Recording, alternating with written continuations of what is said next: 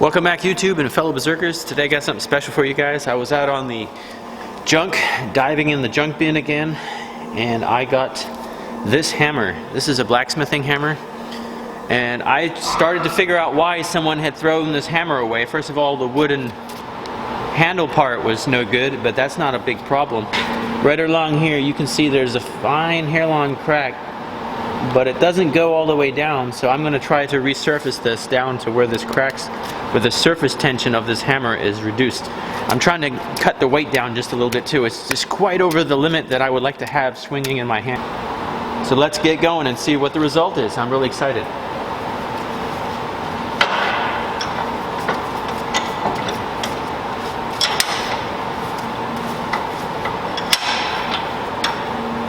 So what I'm doing now is I'm going to try to take this metal down very carefully to a level where this crack, the surface crack, is out of the material. So we're going to try and see if we can successfully complete that.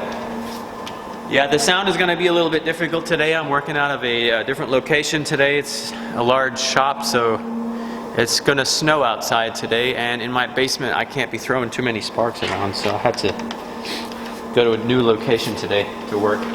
Here we go.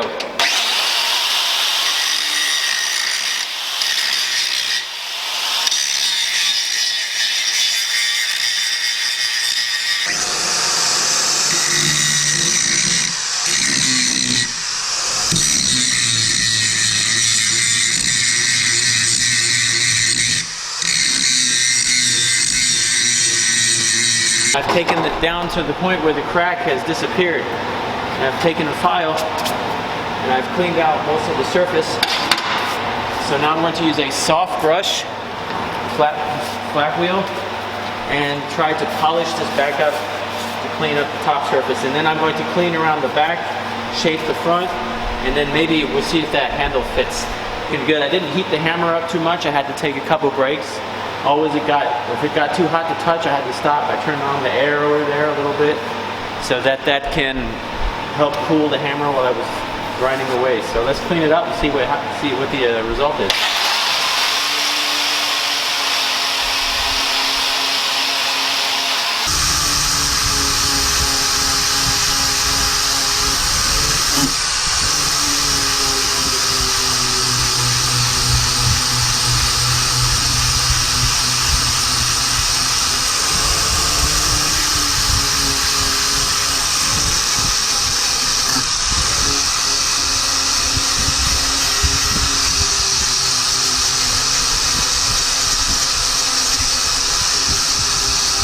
This is the finished product. Look at that. That is beautiful. I'm happy. And the weight is perfect. I can handle it just so. This is going to be a special hammer for getting big jobs done fast. Oh, it's like a new hammer plus 4. Pretty cool. Yeah, focus in right there. Yeah, that's nice. What I'm going to do now is I'm going to oil this with linseed oil, and then I'll be back and show you what that looks like. Here you can clearly see the before and after effect. This is the same wood than this wood, but this was before I oiled it, and this is after I oiled it. So this is I'll move this out of the way. So a car project on the side here. I'm trying to fix up a car. So I'm going to oil this up, and then I'm going to show you what that looks like, and this project will be concluded. Thanks for sticking around, and then we'll see what this will look like here in a minute. Well, there it is. Those handles are oiled up and the hammers are finished. Just a real quick look over here. I have a project on my, just trying to finish this up in between. This is an old chest that you've seen on my channel before. It's one of those where I made another one to match the one I've had before.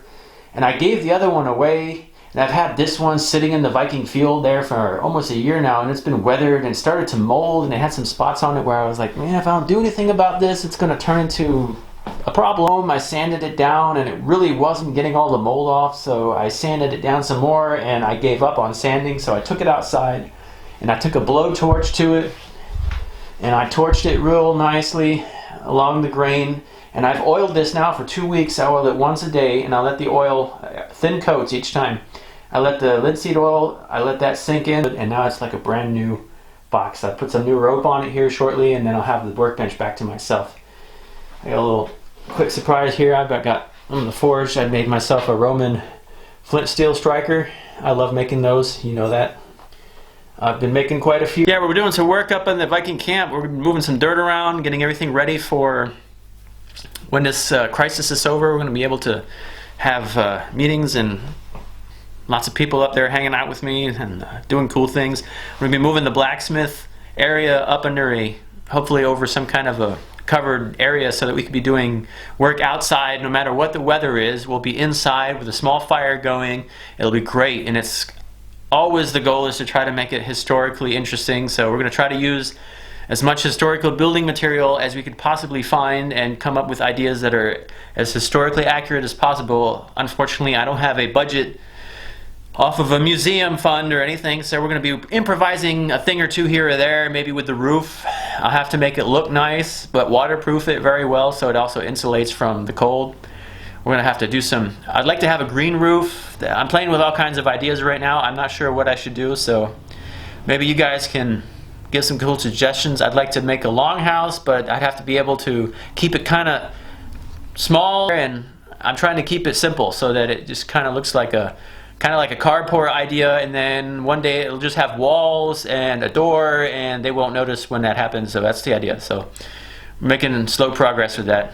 I don't want to build a house out there and be like talk of the town for the next 2 weeks. So yeah, that's the plan. Be working up there, pushing some dirt around. I'm getting some gravel hopefully soon this afternoon, so we're going to start paving the center area a little bit so when it gets wet we can still drive in there with one of our vehicles or any vehicle at all. It's really disgusting right now after 6 weeks of rain.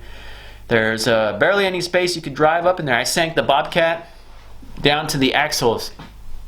Let me switch my hands here.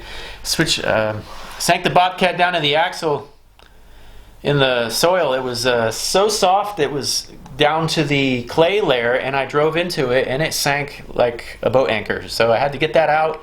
Once I was able to get that out, I did that all on my own. That was a terrible endeavor. It was not fun. But I managed to get it out, filled a hole, and now I'm going to be putting gravel on top of it. Stay safe, YouTube, and see you soon. I'll be having lots of new projects coming up. I have lots of time.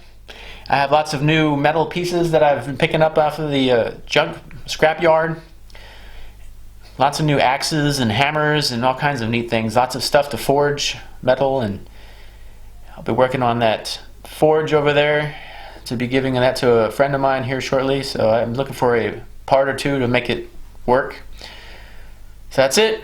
Stay safe, YouTube. See you soon.